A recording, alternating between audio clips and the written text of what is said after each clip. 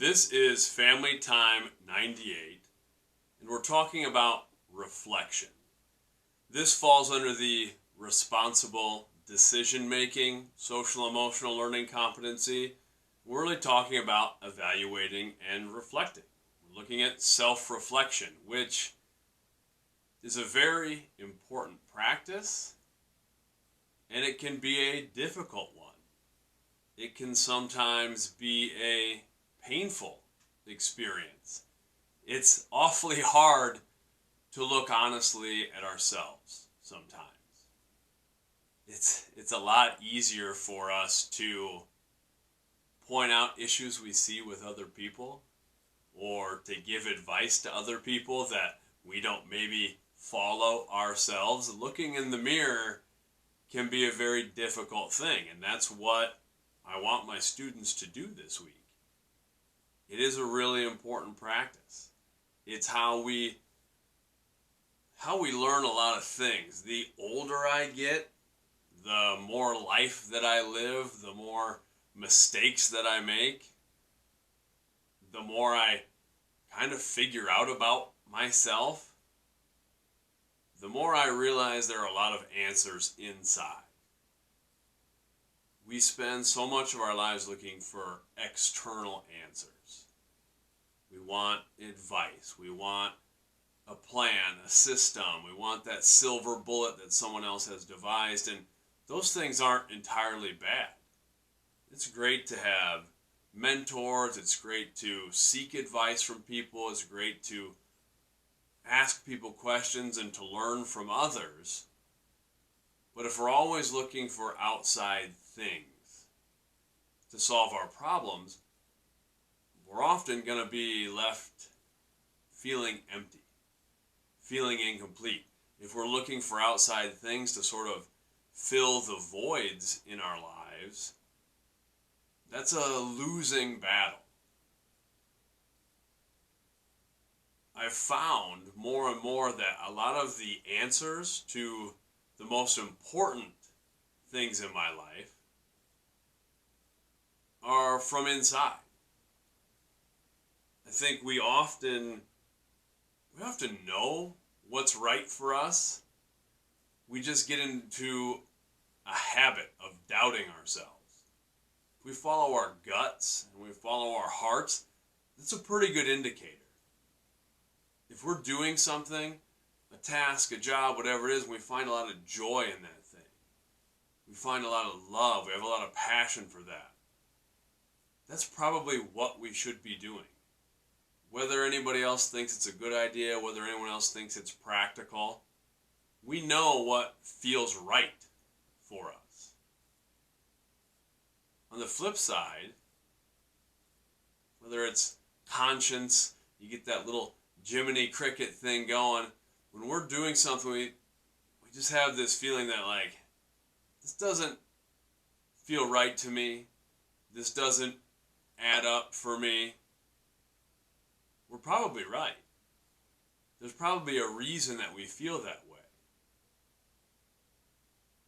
It's important to spend some time thinking about how we feel about things. And it can be hard to trust ourselves. That's part of why we want to practice some self-reflection. And what I want my students to do this week, what I want all of you to do this week, is think of a period in your life, think of a situation from your life, and consider the decisions that you made in that period or around that situation. Think of how those decisions, how the consequences of those decisions, how their outcomes positively and or negatively impacted your life. What were the results of the decisions you made? Then I want you to think about what you learned from those outcomes and how those outcomes, if you're being self-reflective, and hopefully we're self-reflective at the time, how did you change your decision making? And we're going to discuss in class how our backgrounds might impact how we make decisions. Things like traditions, how we grow up, our family, our culture, those sorts of things. Those things do impact the decisions we make. Again, I just think this is such an important process. I'm much more reflective now than I was when I was younger. I think some of that just comes with age and comes with life. I try to reflect on every aspect of my life. I honestly try to purposefully reflect at the end of every day. That's one of the things that I do as just a self-management practice. I'll actually talk more about this next week. So we're going to talk about some organization and things next week. But I like to write a lot of lists of things. I like to be very organized in certain aspects of things that I do. And one thing that I do as a self-reflection piece is I have sort of areas of focus, not necessarily specific goals, but areas of focus that I feel round out and enrich my life. Things that are with my kids, my job as a teacher and a coach, the other creative things that I like to do, my health, the activities, my hobbies.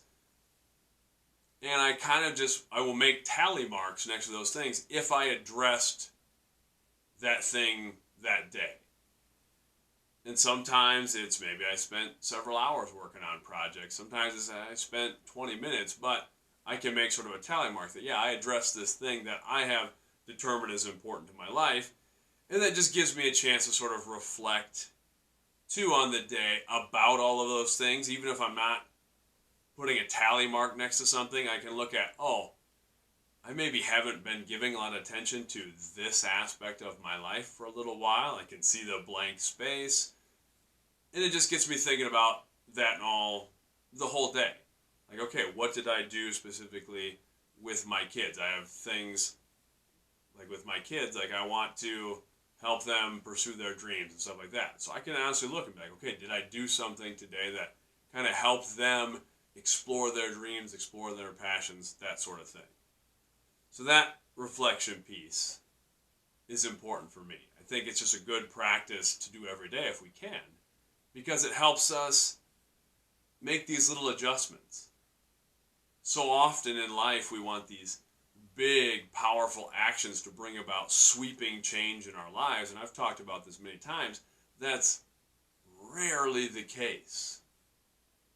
Rarely is that how we change our lives. More often than not, it's just little adjustments.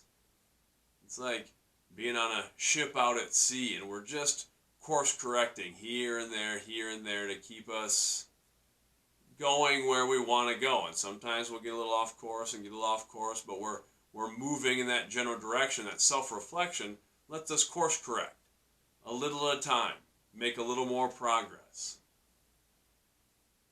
Another thing I think it does for me is if I'm continually self-reflecting and I'm making those little course corrections, then I can do a longer reflection.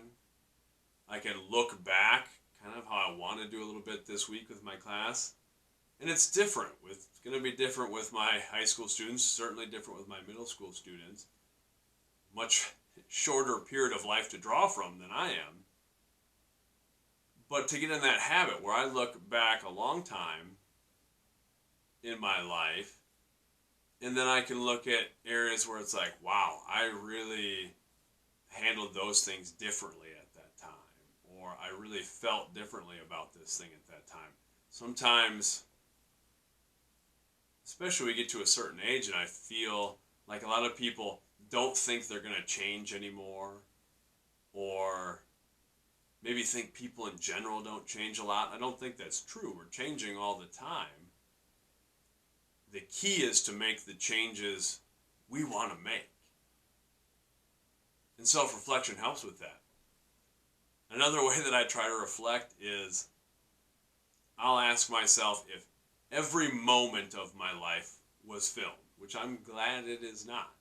But if every moment of my life was filmed, or if I die and whatever anyone believes about the end of this life, or if there's things after life, whatever, if you had to watch that, watch your entire life as a film, or if other people are going to watch it, think about, okay, where are the moments where I would be embarrassed, where I wouldn't feel good about who I was.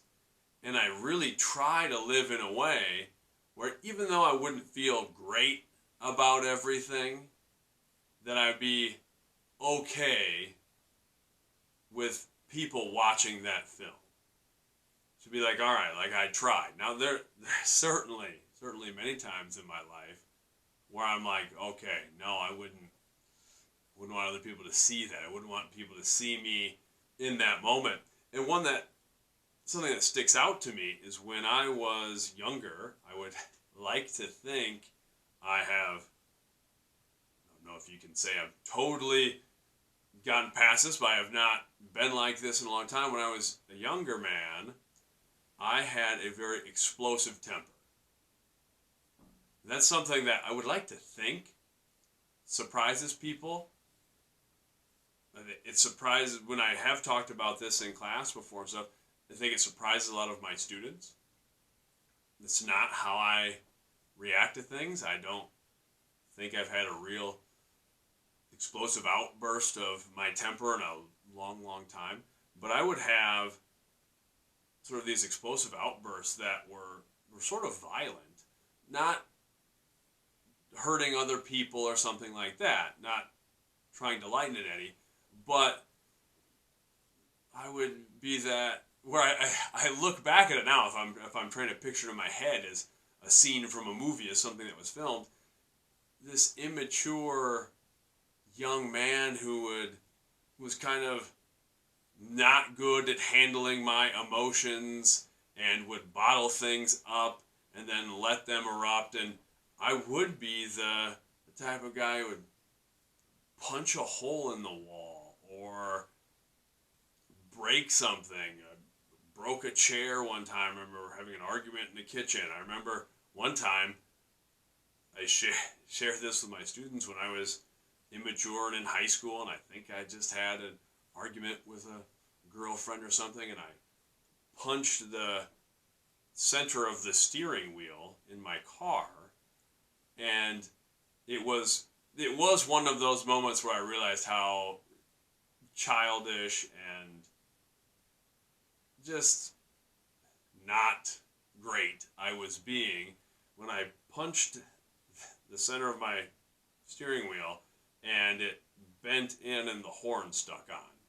So there I was sitting in my car, just having thrown a tantrum like a small child, and I'm having to now figure out how I'm going to stop my horn from constantly honking.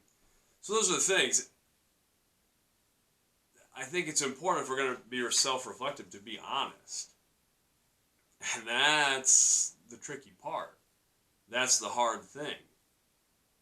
I don't make excuses for that previous behavior. I don't see it as funny. It's something that is not good, that I wanted to change about myself. I got to a certain point and said, this is not who I want to be. I don't want to behave that way. And it takes a long time to change. But it starts with that self-reflection piece of being honest, of like, well, this is not what I want. This is not who I want to be.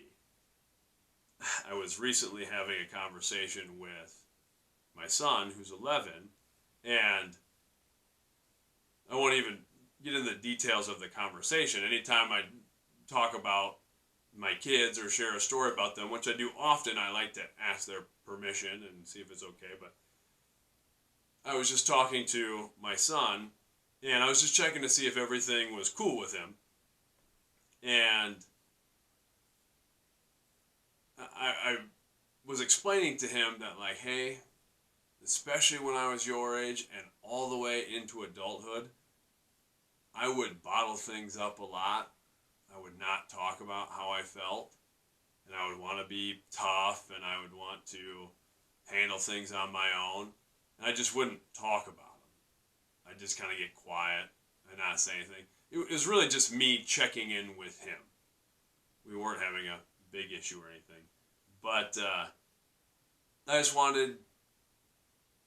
wanted to let him know that, like, hey, that's something that I should have worked on earlier. And it took me a long time to realize that it's not good, it's not healthy to just sort of bottle these things up and let them come out in a not good way, or to just try to ignore them, and they're going to surface somehow or another. So I was just having that discussion with him, and that's that self-reflection piece. It's a good practice to start building in. So I've rambled on about that long enough. That's what we're going to focus on this week. I encourage everybody to spend a little time self-reflecting. Think about where you have been, where you've come from, where you're at right now. That helps you set your compass for where you're going to be. Until next time, much love.